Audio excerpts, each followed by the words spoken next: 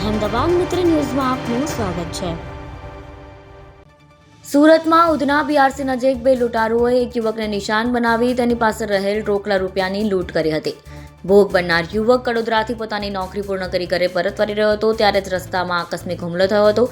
ધોળા દિવસે જાહેર રોડ પર બનેલી આ ઘટનાએ સમગ્ર વિસ્તારમાં ચકચાર મચાવી દીધી છે। આ લૂંટની ઘટનાની સૌથી ચોંકાવનારી બાબત તો એ છે કે જ્યારે લૂંટારાઓ યુવકને લૂંટી રહ્યા હતા ત્યારે ત્યાં હાજર એક નાગરિકે આ સમગ્ર ઘટનાનો લાઈવ વિડીયો પોતાના મોબાઈલમાં કેદ કર્યો હતો, જેમાં સ્પષ્ટપણે જોઈ શકાય છે કે બે લૂંટારુઓ કેવી રીતે નિર્દોષ યુવકને ચપ્પુ બતાવી ડરાવી રહ્યા છે। આ કેસમાં પોલીસે એક આરોપીને ઝડપી પાડ્યો છે અને એકને વોન્ટેડ જાહેર કર્યો છે। ઘટનાની વિગતો મુજબ યુવક જ્યારે મરાઠી સ્કૂલ પાછળથી પસાર થઈ રહ્યો હતો ત્યારે બાઇક સવાર બે શખ્સોએ તેને રોક્યો। લૂંટારુઓએ ઝઘડા કરવાના બહાને ક્યું મુझको ગાલી દે રહા કઈ યુવક સાથે મારામારી શરૂ કરી। એક શખ્સે યુવકના બંને હાથ પકડી રાખ્યા જ્યારે બીજા શખ્સે તેના પેન્ટના ખિસ્સામાંથી કારીગરોના પગાર માટે રાખેલ 23,000 રોકડા કાઢી લીધા અને લૂંટ ચલાવી ફરાર થઈ ગયા। લૂંટની જાણ થતાં જ ભોગ બનનારે તુરંત પોતાના પુત્ર અને પોલીસને જાણ કરી। ઉધના પોલીસ સ્ટેશનની સર્વેલન્સ ટીમે ઘટનાની ગંભીરતા સમજી તપાસના ચક્રો ગતિમાન કર્યા। સીસીટીવી ફૂટેજ અને વાયરલ થયેલા લાઈવ વિડીયોના આધારે પોલીસે ગણતરીના કલાકોમાં જ આ ગુનાનો ભેદ ઉકેલી નાખ્યો। ટેકનિકલ સર્વેલન્સની મદદથી પોલીસે લૂંટારોનું લોકેશન ટ્રેસ કર્યું।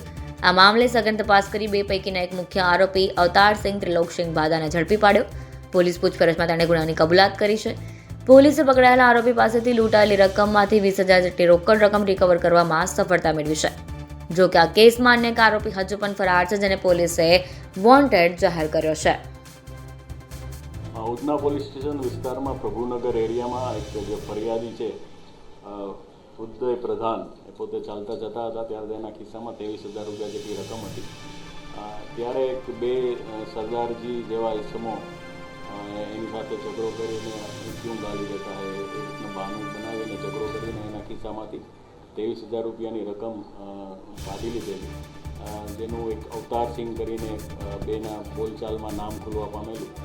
પોલીસે આ સંબંધે ટેકનિકલ સર્વેલન્સ અને જુદા જુદી ટીમો બનાવી અને શોધખોળ કરતા અવતારસિંહની જે ધરપકડ કરેલી છે અને એની પાસેથી અત્યારે 20,000 રૂપિયા જેટલી રકમ છે એ રિકવર કરેલી છે। અવતારસિંહના કોઈ ખાસ ગુનાહિત ઇતિહાસ છે નહીં અને બેકાર માણસ હોય એ રીતનો હાલ જણાવે। અહેમદાબાદ મિત્ર ન્યૂઝની યુટ્યુબ ચેનલને સબસ્ક્રાઇબ કરો અને બેલ આઇકોન જરૂરથી દબાવો, જેથી દરેક મહત્ત્વના વિડીયોની નોટિફિકેશન તમને મળતી રહે।